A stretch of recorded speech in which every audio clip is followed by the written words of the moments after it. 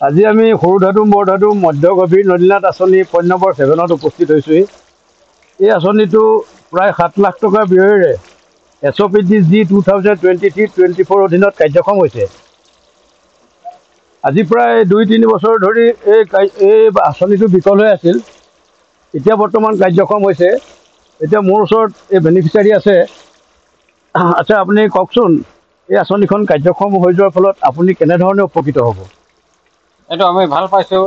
এই দুবছৰত 3 বছৰ এনেকুৱা হ'ল, কিন্তু আমাৰ মাটিটো পৰি গ'ল। অঞ্চলটো ভালেকেইখন মাটি পৰি গৈছিলে, এতিয়া উন্নতি হোৱাৰ কাৰণে ভাল পাইছোঁ। হয়। অঁ, আচ্ছা, আপোনালোকে এতিয়া বৰ্তমানে কি খেতি কৰিম বুলি ভাবিছে? আমি এতিয়া ধান খেতি কৰিম, তাৰপিছত মাটিমাহ খেতি অলপ দিব পাৰোঁ। আচ্ছা, ধন্যবাদ। সেইটো জলসিঞ্চন নেলাগে, সৰিয়হ খেতি কৰিব পাৰে। ধন্যবাদ। যিহেতু অকণমান হেৰি মাটি আচ্ছা, কৰিব পাৰি। এনেকুৱা মাটি হয়। আছে জানো? আচ্ছা, আমাৰ এই আঁচনিখন কাৰ্যক্ষম হোৱাৰ ফলত প্ৰায় 15 হেক্টৰ মাটিত আমি পানী যোগান দিব পৰা যাব। গতিকে আপোনালোকে ভালকৈ খেতি বাতি কৰি এই স্কিমটো কাৰ্যক্ষম হৈ যোৱাত সহায় কৰিব বুলি আশা ৰাখিলোঁ। আছোৱেচোন, সদায় থাকোঁগৈ মই ইয়াত।